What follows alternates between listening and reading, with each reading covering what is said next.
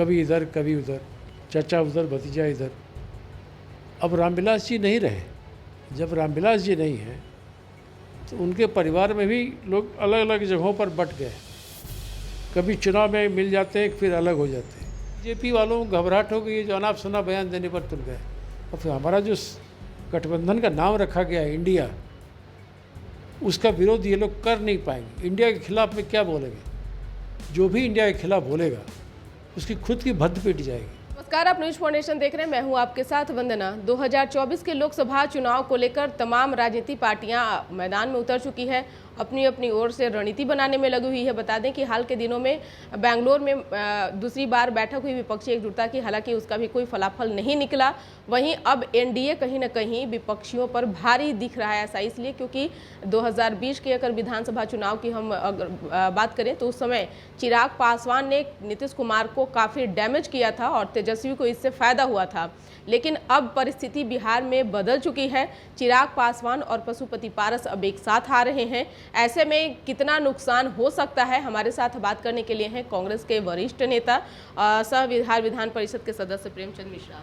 अब इसको अब कैसे देख रहे हैं? अब आप लोगों को इससे फायदा होगा या फिर नुकसान? निश्चित फायदा होगा। कैसे? पिछले विधानसभा चुनाव में जेडीयू के साथ क्या वो पार्टियां थी जो आज खड़ी हैं? नहीं। आप इंडिविजुअल चिराग पासवान तो उनके चाचा, उनके परिवार के लोगों का नाम गिना रहे हैं। जिन लोगों ने अपनी विश्वसनीयता खो दी है, कभी इधर कभी उधर, चाचा उधर भतीजा इधर। अब रामविलास जी नहीं रहे। जब रामविलास जी नहीं हैं तो उनके परिवार में भी लोग अलग अलग जगहों पर बट गए। कभी चुनाव में मिल जाते हैं, फिर अलग हो जाते हैं। क्या उससे मतदाताओं पर कोई असर होता है क्या? ये सब आधारहीन बातें हैं। असर होता है राजनीतिक दल का। जो 26 पॉलिटिकल पार्टी एक मंच पर एकजुट हुई है, उसका महत्व है। पिछले चुनाव में ये एकजुट नहीं थे, तो जो भाजपा विरोधी वोट था वो कई जगहों पर बट गया। मैंने कहा भी था आपको, कांग्रेस पार्टी का स्पष्ट मानना है 38% वोट लेके बीजेपी गठबंधन को पूर्ण बहुमत मिल गया था पिछले लोकसभा चुनाव में। 38 और 62% वोट जो था वो भाजपा के खिलाफ, भाजपा गठबंधन के खिलाफ गिरा था, लेकिन अलग अलग खेमों में बट गया था। उसका फ़ायदा मिला बीजेपी को। अब वही 62% वोट जो एंटी बीजेपी था और विभाजित था, अब एक मंच पर आएगा। तो जब 62% एक जगह फिर जुट जाएंगे तो 38% वाले कहाँ रहेंगे?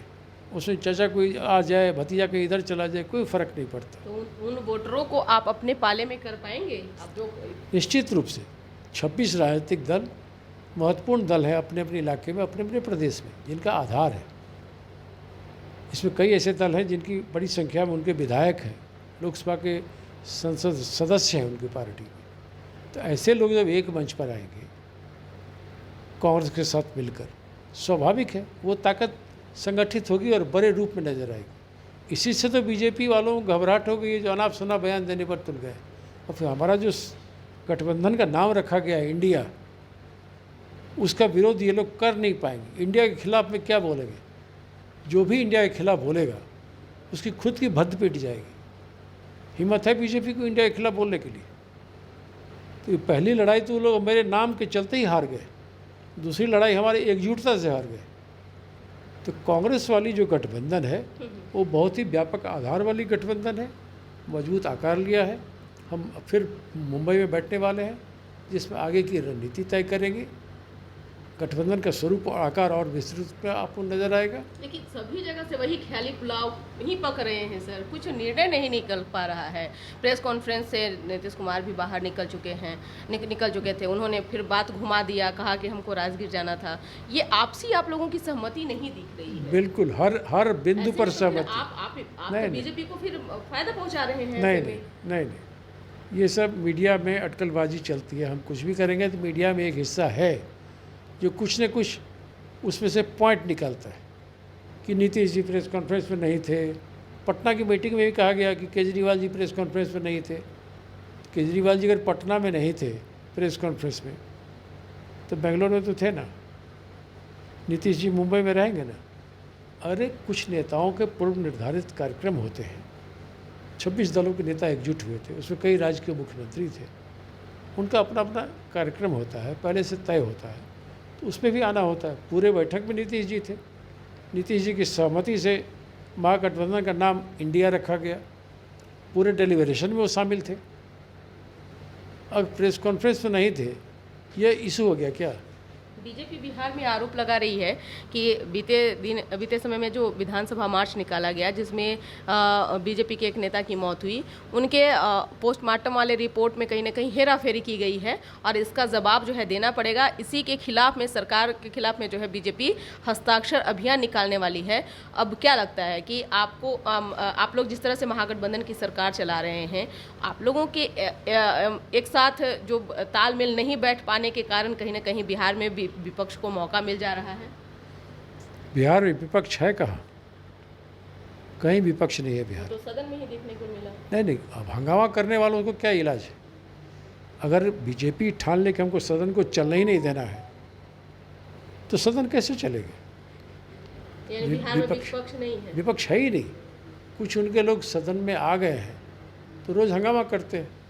अगर आप विपक्ष में हैं तो सरकार से प्रश्न कीजिएगा ना, सरकार को घेरिएगा ना, कि नाराबाजी करके हुड़दंग करिएगा। जनता इन चीज़ों को समझ रही है और देख भी रही है।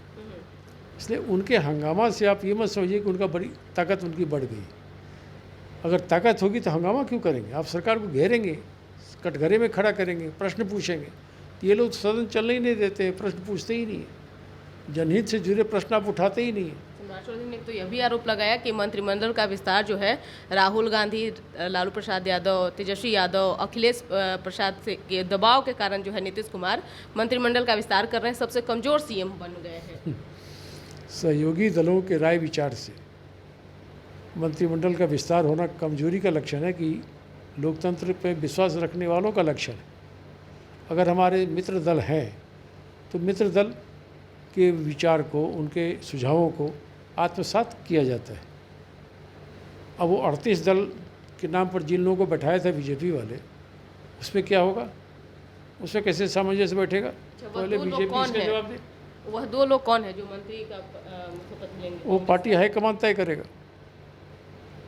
पार्टी हाईकमान 2 नाम देगा, उसका यहाँ ओथ हो जाएगा।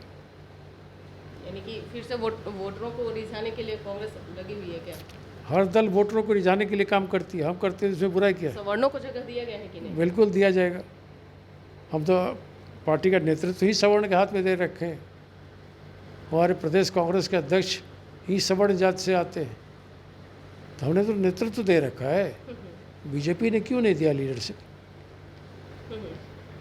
बीजेपी को जवाब देना चाहिए ना।